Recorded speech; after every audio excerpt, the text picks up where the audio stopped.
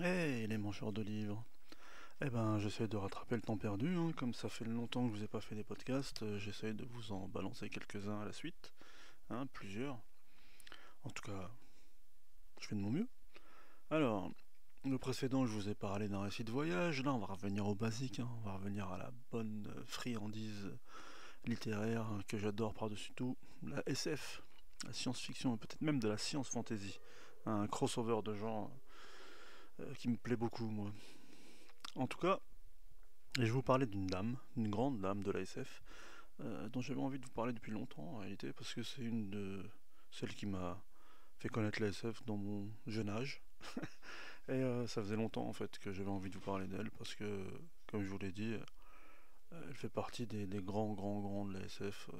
Elle a même obtenu le titre de grand maître de la SF. Vous savez, aux États-Unis, chaque année, il y a l'association des auteurs de science-fiction qui se réunit.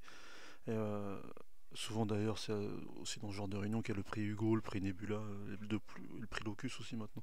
Les trois plus grands prix qui sont décernés à la SF et à la fantasy. Et en tout cas, en 2011, elle a obtenu le titre de grand maître. Et il n'y a pas beaucoup de grands maîtres à l'époque, je crois qu'il devait en avoir une vingtaine. Chaque année maintenant, ils décernent un titre de grand maître parce que ça fait plus de 100 ans qu'il y a de la SF. Donc ça commence à faire beaucoup d'auteurs, mais en tout cas, elle fait partie du Science Fiction Hall of Fame. Et je vous ai toujours pas dit de qui il s'agissait, hein, j'entretiens le suspense. Il s'agit de Anne McCaffrey. Alors, vous avez certainement dû entendre parler d'elle.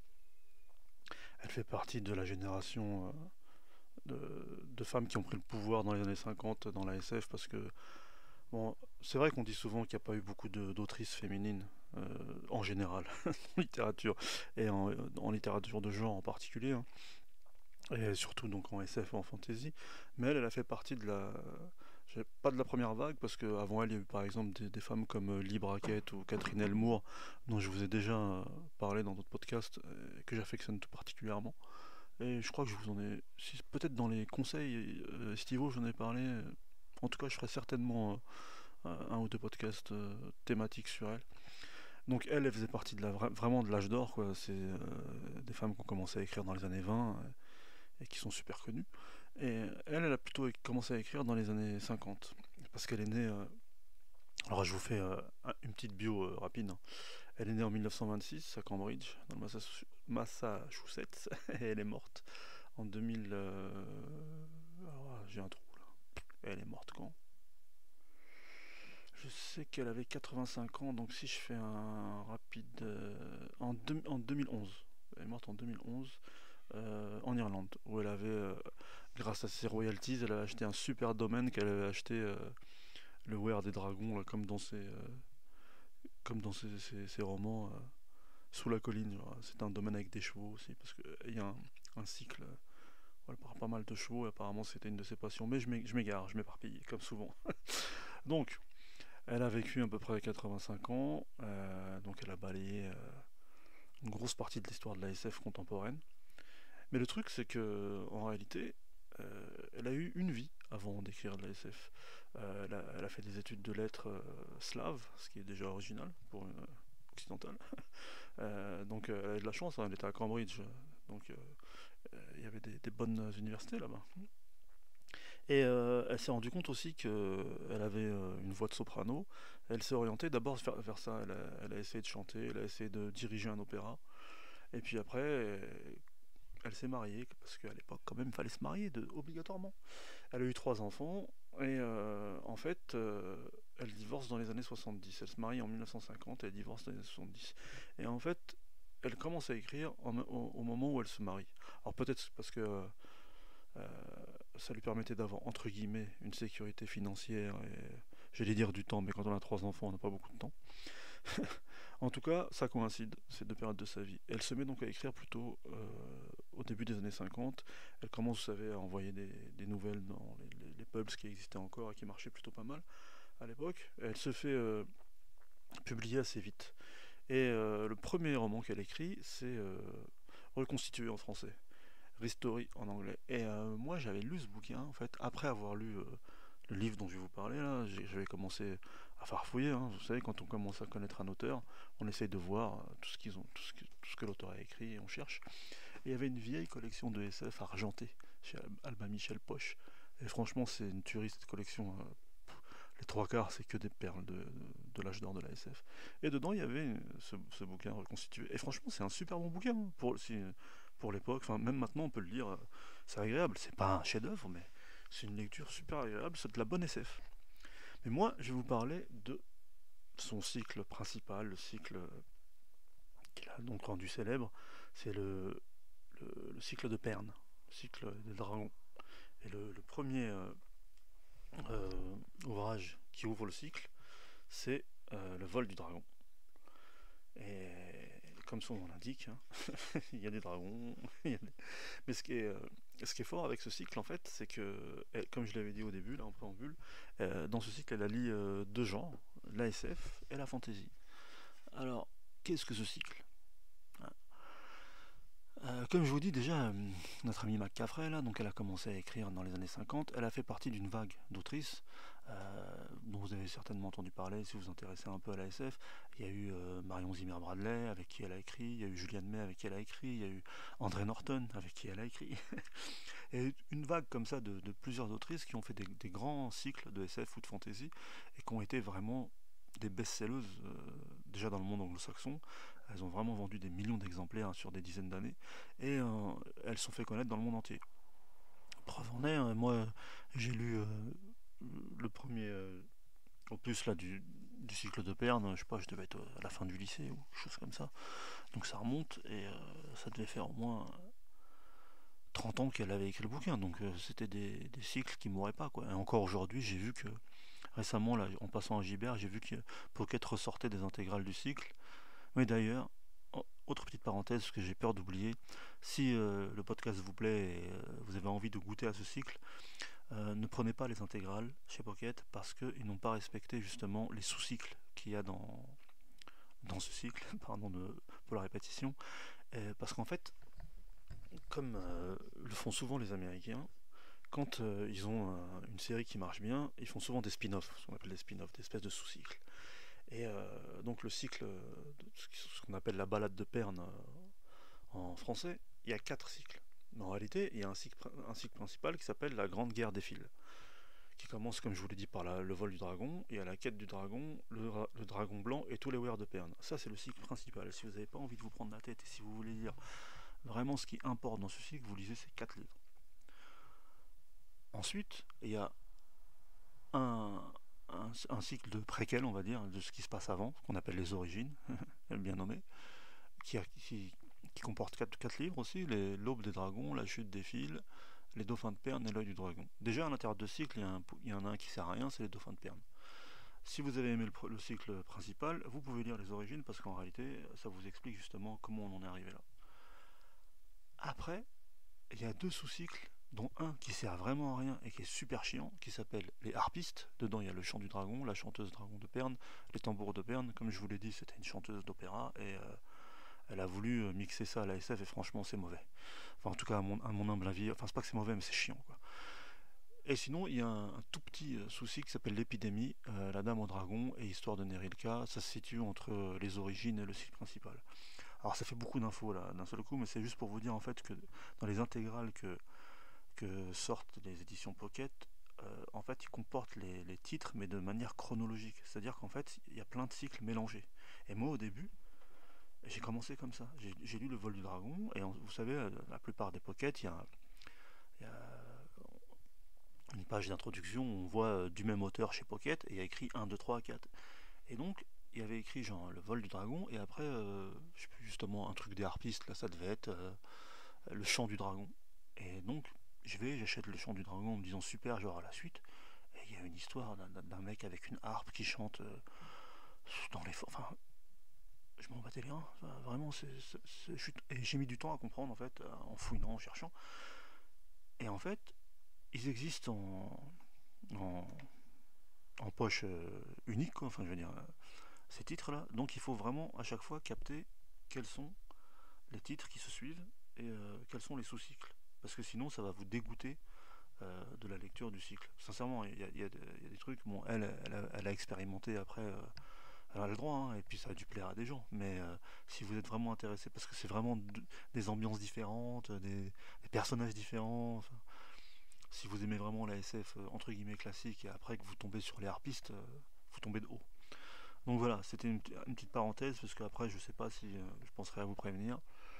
Donc revenons au vol du dragon. C'était une longue digression, mais ouais, comme souvent je prépare pas les podcasts. Bref. Revenons au vol du dragon. Donc qu'est-ce que le vol du dragon? Notre amie McCaffrey, elle a eu une idée qui était propre à plein d'auteurs de l'époque, c'était bien sûr l'éparpillement de l'humanité dans l'univers. Et comme souvent, elle a pensé que, puisque la technologie était disponible, certains groupes humains auraient le souhait de vraiment coloniser des planètes, mais sur un mode presque médiéval, on va dire, mais agraire, communautaire. Et en fait, c'est le cas du groupe qui va arriver sur la planète, qui va s'appeler Pern, en hommage, je crois, à un des fondateurs du groupe, ou quelque chose comme ça. Ils vont l'appeler Pern, donc ils vont. Le problème, c'est qu'ils vont s'écraser dessus. Et comme ils avaient choisi cette planète justement parce qu'elle était en dehors des routes stellaires et qu'elle n'était pas sur les cartes d'astronavigation, comme on dit, bah, le problème c'est qu'ils savent qu'en se crachant dessus, il n'y a pas de chance pour qu'on vienne les secourir. Donc ils vont créer une société médiévaliste, on va dire. Et le truc, c'est que sur cette planète, il y a une espèce qui va donner les dragons. Le deuxième truc, c'est que sur cette planète, en tout cas dans ce système solaire, il y a une espèce de comète qui a une orbite un peu désynchronisée, ce qui fait qu'elle passe, par moment, elle passe souvent, et puis après, il y a des centaines d'années où elle passe plus, après elle revient. Et en fait, quand elle arrive euh, dans l'orbite de Pern, elle lâche ce qu'ils appellent des fils, des espèces de filaments énergétiques qui mangent toute la matière organique. Et donc, s'ils ne sont pas protégés par exemple, de la pierre, une grotte ou un abri en pierre ou en métal, bah, ils se font bouffer. Ça mange tout ce qui est organique. Donc, ils apprennent ça à leurs dépens, ils apprennent aussi à s'en prémunir. Le problème, c'est que, vu qu'il y a des moments où la comète ne passe plus régulièrement, les gens oublient. Donc en fait au début ils ont de la technologie puisqu'ils sont arrivés dans des vaisseaux, ils ont des ordinateurs et ça, mais avec le temps, comme souvent, la mémoire se perd, ça devient des légendes, il n'y a plus de contact avec le groupe galactique humain, donc ils forment leur propre société et ils apprennent à se servir des dragons pour brûler les fils. Donc il y a toute une caste de chevaliers dragons qui naît. Quand le vol du dragon commence, c'est un moment où l'espèce de comète là n'est pas passée depuis des centaines d'années et où il reste très peu de chevaliers dragons et la plupart des gens se demandent à quoi ils servent parce qu'ils commencent à douter de l'existence des fils et de même du bien fondé de l'existence de l'ordre de ces chevaliers dragons. Et il y a une héroïne qu'on découvre au début, qu'on appellera plus tard la Dame au Dragon et qui va être l'héroïne de tout le cycle. J'ai un petit blanc encore en ce qui concerne le nom de l'héroïne, hein, c'est vraiment pas bien pour un mec qui veut faire des podcasts. Mais heureusement, j'ai le livre sous les yeux pour une fois, je fais des progrès quand même. Et donc je peux vous dire comment s'appelle notre chère héroïne, elle s'appelle Lessa. Et je vais pas vous spoiler parce que le twist qu'il y a dans le bouquin, c'est ce qui fait qu'après vous adhérez au cycle justement et que vous mangez tous les livres. Mais en tout cas, Lessa va faire une découverte qui va relancer l'histoire et qui va faire que la guerre des fils va se redéployer jusqu'à une résolution X, on va dire. Et moi, ce qui m'avait plu justement à l'époque où j'avais commencé ce cycle, c'était déjà que McCaffrey, elle écrit bien. C'est ce qu'il y a de plus important parce que des cycles de SF, il y en a à foison, mais des bons cycles, il y en a moins. Et que justement, elle avait réussi à m'accrocher tout de suite avec ce personnage. Comme souvent, hein, c'est un troisième couteau, c'est une outsider. Il va falloir qu'elle prouve 1000 fois sa valeur avant qu'on la prenne au sérieux. Mais bon, ça fait partie aussi du jeu de ce genre de récit. Et elle arrive à allier justement le côté, comme je vous disais, SF. C'est une autre planète, il y a des origines galactiques, tout ce qu'on veut, et le côté purement fantasy, parce qu'il y a même si l'explication qu'elle donne à l'existence des dragons, on va dire que c'est une explication scientifique, mais en tout cas, il y a des dragons, il y a des chevaliers dragons, il y a des batailles dans les airs, c'est fantastique. Et même le lien qu'elle crée entre les. Parce que maintenant, c'est vrai, on est en 2024, la fantasy elle a fait boom, les dragons, il y en a partout, il y a 1000 histoires de dragons différents, on a 1000 genres d'imprégnation différentes entre les Dragon Riders et les dragons, ça devient quelque chose de commun. Mais à l'époque où elle a écrit ce cycle, c'était déjà moins vrai. Et la manière, l'angle qu'elle a pris pour expliquer les liens entre les chevaliers dragons et leurs dragons, la manière dont les dragons naissent, la manière dont ils sont arrivés au stade dragonique entre guillemets, toute cette société qui s'est créée autour d'eux et autour de la protection de la planète contre les fils, franchement, déjà c'est super original et il n'y a rien à dire quoi, c'est une histoire super intéressante. Et le fait qu'elle ait fait un cycle aussi, en tout cas le cycle principal, qui soit pas super long, qui ait pas 12 tomes et il n'y a que 4 bouquins à lire. Et j'ai vu récemment en fait que très longtemps après, peut-être un an ou deux avant sa mort, alors je pense que c'était pour faire un peu de piston à son fils, elle a écrit avec son fils une ultime fin. Mais moi je l'ai pas lu parce que j'estimais qu'il y avait déjà eu une fin. Je voyais pas ce qu'il y avait de plus à rajouter. Alors peut-être que je me trompe hein, des fois. Et puis bon, pareil, le fait qu'elle écrivait avec son fils, c'est bon, écrit des bouquins tout seul. Enfin, tu vois. Bref, ça c'est un aparté qui ne concerne que moi. En tout cas, il y a 4 livres. 4 livres qu'on dévore vraiment, parce que c'est des patch Turner et les personnages qu'elle crée sont super attachants. Le monde qu'elle crée est super attachant. Et comme je vous le disais, ensuite, si ça vous plaît, si vous lisez les 4, si vous allez jusqu'à la fin de l'histoire, il y a 3 autres bouquins qui font partie du cycle des origines, où on a justement le pourquoi du comment ce- leurs ancêtres, Alessa et aux héros du cycle principal, sont arrivés sur cette planète, qu'est-ce qui s'est passé, qu'est-ce qui a fait que les dragons ont pu s'associer aux humains, qu'est-ce qui a fait qu'ils ont survécu aux premières chutes de fil, qu'est-ce qui a fait que leur société est devenue ce qu'elle est devenue. Et sincèrement, pareil, les origines, c'est un cycle que j'ai dévoré super vite. Une fois que j'ai compris, je vous ai dit, une fois que j'ai fait la différence entre les sous-cycles différents, je les ai mangés à une vitesse incroyable. Donc en vrai, sur, je sais pas, il doit y avoir 12 ou 13 bouquins dans l'ensemble total des cycles, mais avec 7 livres, vous avez les origines et le cycle principal. Et comme je vous disais tout à l'heure, elle faisait partie d'une génération où, par exemple, il y avait Marion Zimmer Bradley. Marion Zimmer Bradley, elle a fait à peu près la même chose avec la romance de Ténébreuse, vous savez. Alors, elle, par contre, il y en a vraiment, je sais pas, 20 ou 30. Il y a une époque, je me rappelle, c'était super à la mode. Les gens, ils les achetaient à un moment, ça valait super cher sur Amazon. Et bon, moi, je vous avoue que j'ai lu que le premier. Le premier, j'avais trouvé bien, ça s'appelle La planète au vent de folie. Mais après, j'ai un peu lâché parce que le deuxième, il se passe super longtemps après. Après, il y a plein de sous-cycles. Enfin, je sais pas. Ça faisait un peu soap opéra, telenovela. Enfin, je sais pas. Après, je sais qu'en vérité, il y a certains des sous-cycles qui sont intéressants. J'en ai parlé plein de fois avec des gens qu'on a lu. Mais je vous avoue que j'ai pas trop accroché. Mais pareil, elle faisait partie aussi, donc je vous dis, de la génération d'André Norton, par exemple. André Norton, elle a écrit 1 milliard de bouquins. En France, elle n'est pas super connue, mais vous avez de la chance. Euh, là, dans les 10-12 derniers mois, il y a 2 omnibus qui sont sortis d'un cycle qui est célèbre outre-Atlantique, qui s'appelle Witch World, et qui est disponible là. Parce que sinon, avant, en français, je crois qu'il y avait qu'un seul. Ah, il y avait un bouquin chez Néo qui s'appelait Le Pas de Merlin, quelque chose comme ça. Et un bouquin justement dans la collection Albin Michel, là, argenté, qui s'appelait Opération Atlantis. Sinon, il n'y avait rien. Donc, pourquoi je vous parle de ces femmes Parce que je vous dis, elles ont toutes fait à peu près le même schéma. Des longs cycles de SF ou de fantasy, avec plein de sous-cycles, et des cycles qui ont super bien marché pendant des dizaines d'années. Et c'est pour vous dire que là, je parle de McCaffrey, parce que c'est celle que je préfère, je trouve. Enfin, ce cycle-là, en particulier, là, le cycle de Perne, la balade de Perne, je trouve que c'est vraiment quelque chose d'abouti et de vraiment bien, quoi. Pour un fan de SF, il y a tout dedans. Mais après, si vous voulez. Ah, alors après, en France, elle a fait 1000 autres cycles, hein. Le cycle des forces, le cycle de Kila Chandra, le cycle.